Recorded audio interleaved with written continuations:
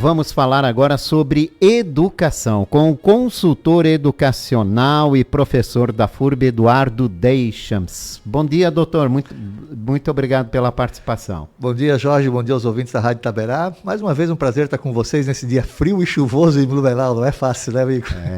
Ainda bem que não caiu a temperatura tanto quanto ontem, mas é engraçado, né? O nosso inverno, né? Porque apesar do termômetro não estar tão baixo, às vezes o frio parece ser mais intenso, né? É a umidade em Blumenau, né? Essa é chamada sensação térmica, né? É uma coisa, uma sensação, e dói a mão e o pé. Dói tudo. Muito. Ainda mais depois de um certo tempo, né, Eduardo? Depois de um certo tempo.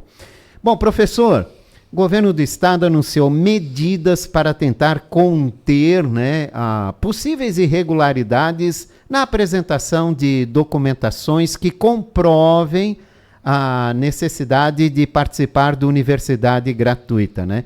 Continua se discutindo muito isso. Há um lado de oposição que critica como o programa foi estabelecido, e muitos até dizem para salvar um sistema de educação, outros dizem que visando uma reeleição política. Enfim, a verdade é que o programa tinha um objetivo, e a gente torce para que seja esse o único, né, de abrir a possibilidade para pessoas de baixa renda ter acesso ao estudo, à universidade.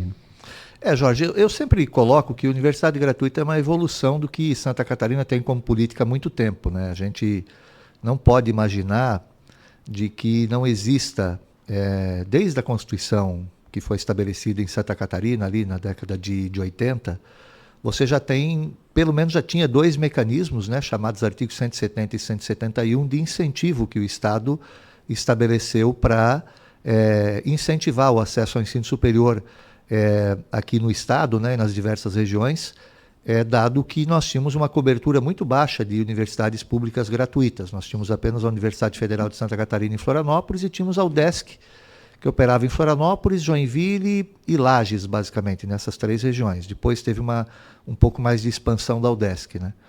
Então, o ensino superior de Santa Catarina, ele sempre se desenvolveu muito fortemente e é elogiável, né, é louvável a forma como o Estado se organizou com as chamadas instituições comunitárias, né? Ou seja, o caso da FURB, que foi criada por lei municipal, o caso da Univale, também criada por lei municipal, o caso da Unesc em Criciúma, da Univille em Joinville, ou seja, você teve todo um arranjo, né, comunitário para a criação das universidades, o que gerou para o Estado de Santa Catarina um ponto muito positivo. Como nós não tínhamos a interiorização do ensino público gratuito, com exceção, né, do caso de Joinville e Lages com a UDESC, você acabou criando esse sistema comunitário no Estado de Santa Catarina, por meio de leis municipais, por meio de participação das comunidades locais, que gerou um impacto do ponto de vista do desenvolvimento de Santa Catarina muito forte. Santa Catarina não tem esse desenvolvimento que tem, ou não teria o desenvolvimento que ele tem, um estado mais equilibrado em termos de distribuição de renda. Esses dias a gente estava olhando, né? Saiu ontem. A Santa Catarina tem a terceira maior renda per capita do país, só perde para Brasília, que na verdade o Distrito Federal é ponto fora da curva, né? Por conta do tipo de servidor que tem lá, e de São Paulo. Então você vê que o estado ele tem uma economia equilibrada, você tem muitos pontos de desenvolvimento no estado e um desenvolvimento que passa pelo estado todo. Nós não temos apenas um grande polo, né? Ainda que Joinville destaque um pouco mais, mas está muito longe, por exemplo, do que você vê no Rio Grande do Sul, onde Porto Alegre sobressai demais. E isso se deu por conta desse sistema comunitário. Então, quando as pessoas falam, universidade gratuita foi feito para salvar um sistema, não necessariamente, porque o Estado já tinha políticas dessa natureza, que era de incentivar as pessoas a poderem acessar essas instituições, posto que nós não tínhamos oferta suficiente de vagas públicas gratuitas no Estado, e óbvio que essas instituições não tinham como se manter se não fosse com recurso de mensalidade. O problema é que a universidade custa caro. Então você precisa criar um mecanismo para que você possa incentivar o acesso a instituições de qualidade por todo o Estado. E universidade gratuita, como era também o artigo 170 e 171, que era o modelo, depois virou Unedu, quando eu fui secretário também, é quase como se a gente poderia chamar de uma universidade pública virtual.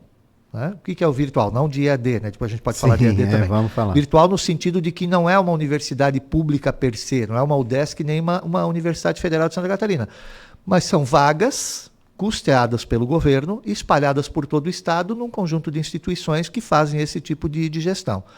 Então a gente tem universidade gratuita, ele foi uma mudança. Até o advento da universidade gratuita, nós tínhamos pelo artigo 170, 171 e pelo UNEDU, basicamente a concessão de bolsas parciais. A universidade gratuita modifica isso para bolsas integrais.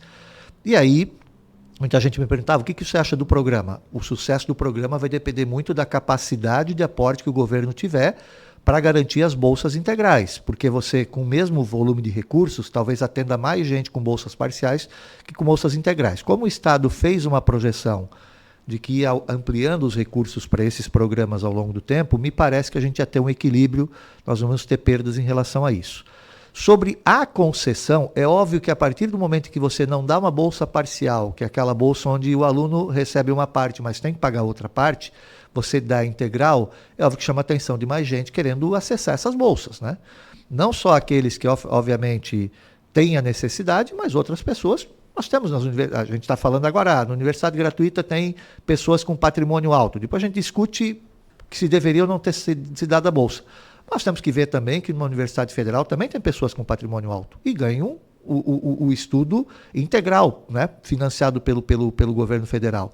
Então a gente tem que tomar muito cuidado com esse processo. A gente, obviamente, as regras elas têm que ser, e o Estado tem falado nisso, né?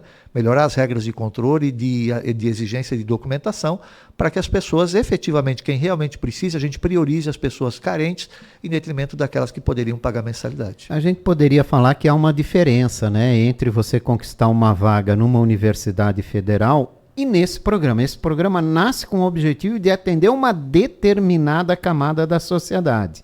A Universidade Federal está aberta para quem conseguir atingir lá a nota necessária para poder avançar. Independe se tem ou não tem patrimônio, né? Mas aí a gente também nas universidades federais, a gente tem a história da cota, né? Sim. A gente também tem cota social nas universidades federais. Então também você já tem uma parcela que tenta destinar um conjunto de vagas para pessoas carentes na Universidade Federal. Depois tem as cotas étnicas, cotas de gênero e assim por diante. E você vai ter uma outra parte que é o que a gente chama de disputa comum, né? Esse é o ponto. Vai ser muito do objetivo que você vai ter para o projeto, né? Então, óbvio que o projeto ele está focado, a ideia sempre foi priorizar as vagas para as pessoas mais carentes.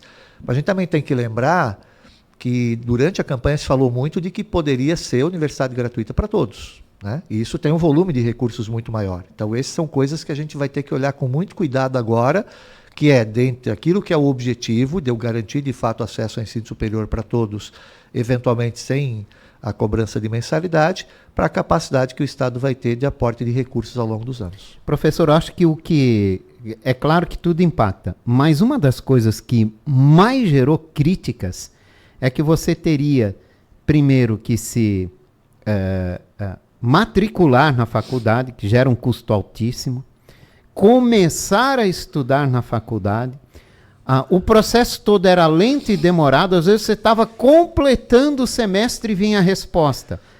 Daí vem retroativo. Só que muita gente aguardou ser beneficiado, não foi, se endividou e depois começou a ver que tinha, mas peraí, o cidadão lá tem uma Ferrari, casão na praia e tal, e eu não fui. Aí começou a dar todo o problema, todo o questionamento nesse sentido.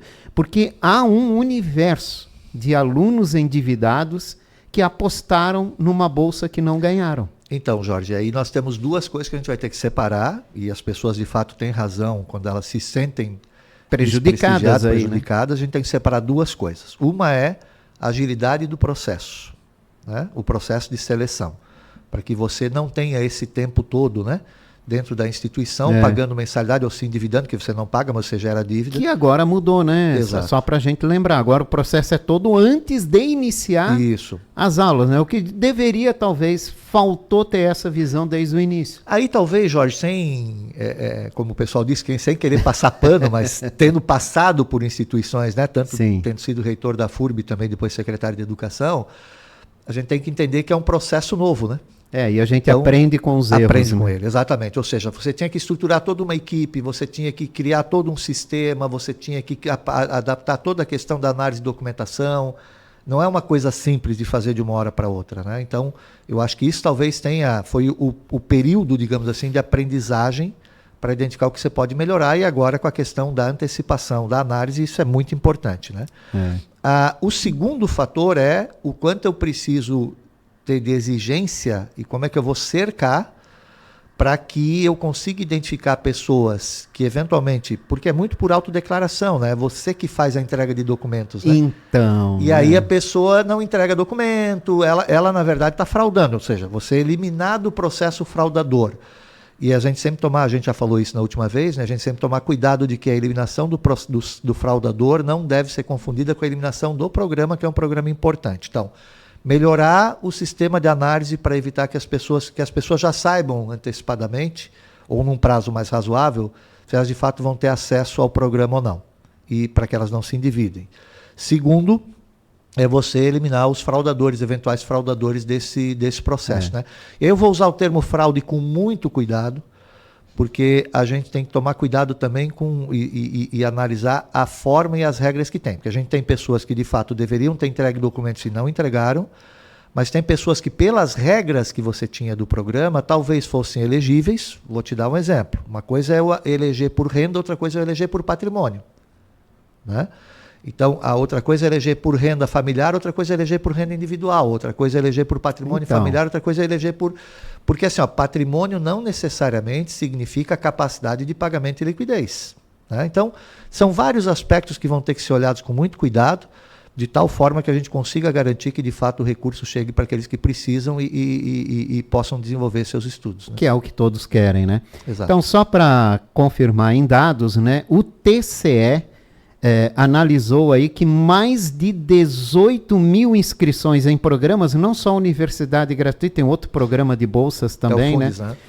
Apontaram algum item ali de inconstitucionalidade, alguma comprovação que poderia estar irregular, né? Mas, segundo a Secretaria de Educação, cerca de 700 estudantes que são investigados, e aí virou caso de polícia, por possíveis fraudes em documentação para acessar essa documentação. Jorge, esses dias eu estava comentando com um amigo meu, né? Eu falei para ele assim, olha gente, vamos pegar o seguinte, uma coisa é inconformidade, outra coisa é fraude.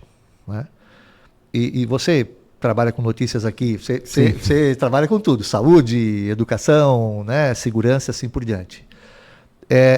Normalmente fraude, quando a gente identifica fraude, por exemplo, o TCE apontou 18 mil possíveis inconformidades, vou utilizar esse termo. No universo que eu acho que são de 36, 30, 40 mil alunos, algo do gênero. Tá? Ou seja, a gente está falando... Quase metade. A gente está falando de 45% de possíveis inconformidades. Então vamos lá.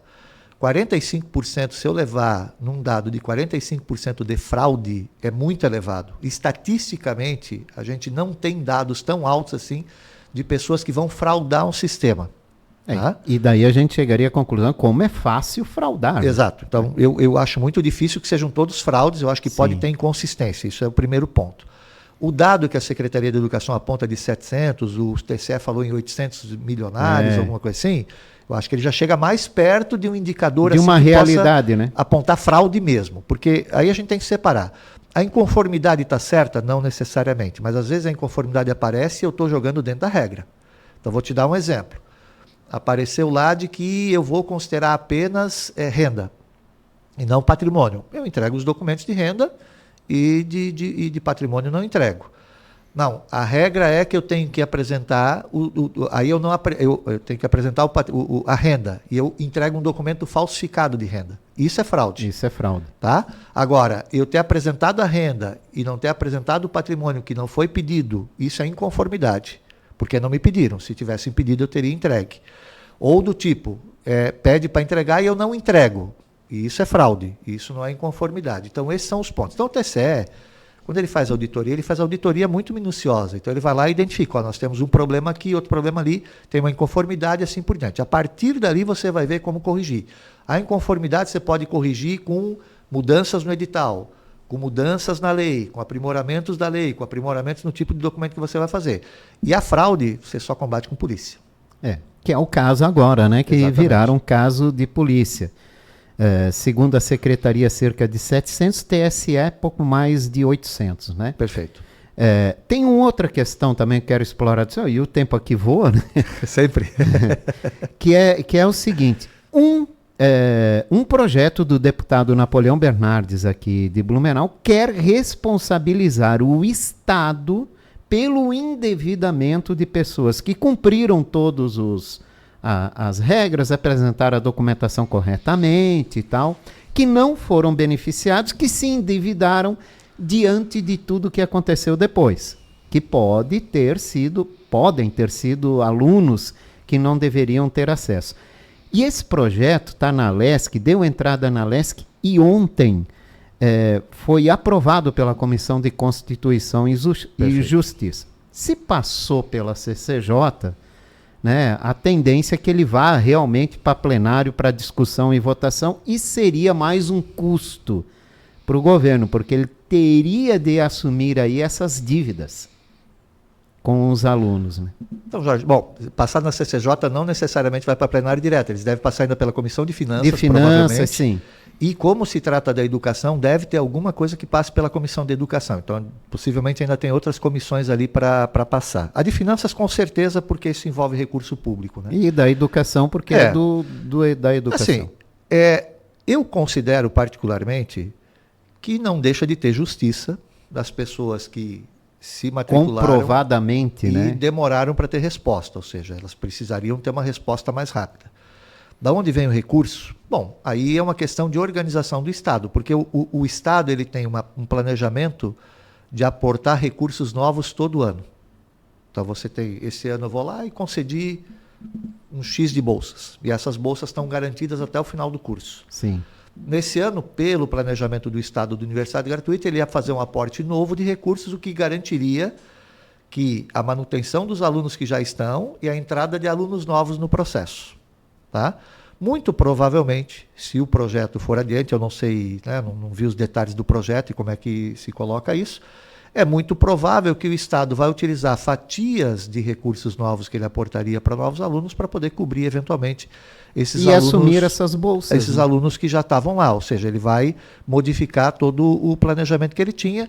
Então, como ele, vamos imaginar aqui, ele atendia 10 mil alunos no primeiro ano, aí no segundo ano ele ia botar mais recursos para atender mais 10 mil.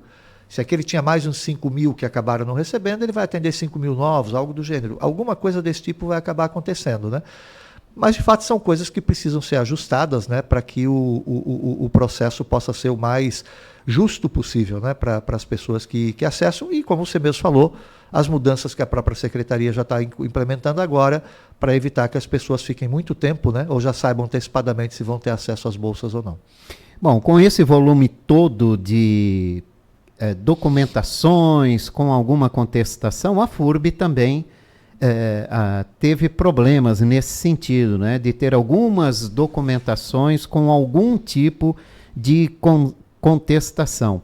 Diante de tudo isso que se formou, e principalmente, por incrível que pareça, os exemplos levados para a Assembleia Legislativa são de Blumenau. Uhum. Olha só. Chamou a atenção também do governo municipal, certo, que decidiu ampliar o número de bolsas ofertadas pelo município para a FURB. Eu não entendi muito bem, mas o senhor talvez possa me explicar. Segundo o município, não encarece o município porque seria recurso do imposto de renda, ou seja, do que a FURB tem para restituir, aplicado, e esse recurso seria transferido em bolsas de 60%. Não seriam integrais, mas seriam de 60% para aqueles alunos que se matricularam, passaram por todo aquele crivo de documentação, mas que não foram beneficiados pelo Estado. A FURB já tem bolsas municipais, né? Eu acho que é ligada ao esporte, é ligada a outras ações municipais nesse sentido, mas agora também estaria ligada à universidade gratuita. Jorge, assim, ó, a história do imposto de renda é o seguinte, né? Até para as pessoas poderem saber. A FURB é uma instituição pública, então existe o imposto de renda, como é que funciona? Isso vale para empresas e vale para os poderes públicos também, tá? Quando você retém o imposto de renda do seu servidor, o imposto de renda é um recurso federal. Você retém esse imposto de renda na conta do servidor, do salário, vem para nós assim com desconto de imposto de renda, e esse recurso é transferido para a União, que depois faz a utilização do recurso de acordo com a necessidade que ela tem, e às vezes tem até redistribuição disso. Existe um dispositivo no Brasil que permite com que imposto de renda de entes federados não seja transferido para a União, fique no ente federado. Então, por exemplo, da folha de pagamento da prefeitura, o imposto de renda que é retido dos servidores municipais fica para o município. Como a FURB é uma instituição municipal, o imposto de renda retido dos servidores da FURB fica para o município. Que por muito tempo, por acordo, na época que eu era reitor também, o município não pedia para repassar para o município, não ia para os cofres da prefeitura, ficava no próprio cofre da FURB que fazia essa gestão. Mas sempre foi um recurso, que era um recurso em tese de direito do município, mas que o município sempre, por acordo, deixava na universidade. O que me parece que a prefeitura está propondo, por isso que não tem mudança de recurso, né? O que a prefeitura está propondo é, olha, nós vamos manter o recurso com a universidade, mas ela tem que transformar vai ser aplicado esse recurso no formato de bolsas. Está determinando, né, onde aplicar. Exatamente, né? Esse é o ponto. Então a universidade, o que muda para a universidade em tese, né? Se ela tivesse uma demanda gigantesca, digamos assim, por alunos, né? Ela talvez tivesse ali que trocar uma receita por outra. Na verdade, ela tem uma receita que ela vai utilizar principalmente para atendimento de alunos carentes que eventualmente não acessariam a universidade em outro formato. Então, me parece que é razoável a utilização de recursos nesse formato. Outros tipos de bolsa já existiram. A gente tinha também um artigo na Constituição, que na verdade é a lei orgânica do município, né, não é Constituição, que tratava também de um percentual que a prefeitura tinha que repassar para bolsas, depois foi transformado em crédito educativo e mais recentemente eu não vi como é que ficou. Mas a universidade também sempre teve muitos trabalhos de bolsas próprias que ela cria, que acabam atendendo. Então a gente tem bolsas para alunos que atendem no ambulatório, tem bolsas para alunos que atendem no hospital veterinário, tem bolsas de alunos que atuam na área de educação física e de esportes, então essas bolsas você falou. Fora outras bolsas que nós tínhamos na minha época, que era a bolsa que a gente concedia para alunos que vinham participar, por exemplo, do handebol. A FURB era patrocinadora do handebol. Sim. Então, ali a nossa forma de apoiar era concedendo bolsas para atletas que vinham de fora para jogar em Blumenau, estudar na universidade e, ao mesmo tempo, jogar handebol aqui. Tá certo. Obrigado pela participação do senhor nessa manhã. Ótima semana, menos obrigado, fria, Jorge. Né? Bom, daqui para diante não vai mudar nada. Mas a chuva vai continuar. Só está começando o inverno, né, Jorge? Vai um bocadinho de tempo ainda, mas vamos lá. Eduardo Deschamps, professor da FURB, conversou com a gente aqui no nosso quadro Educação de hoje.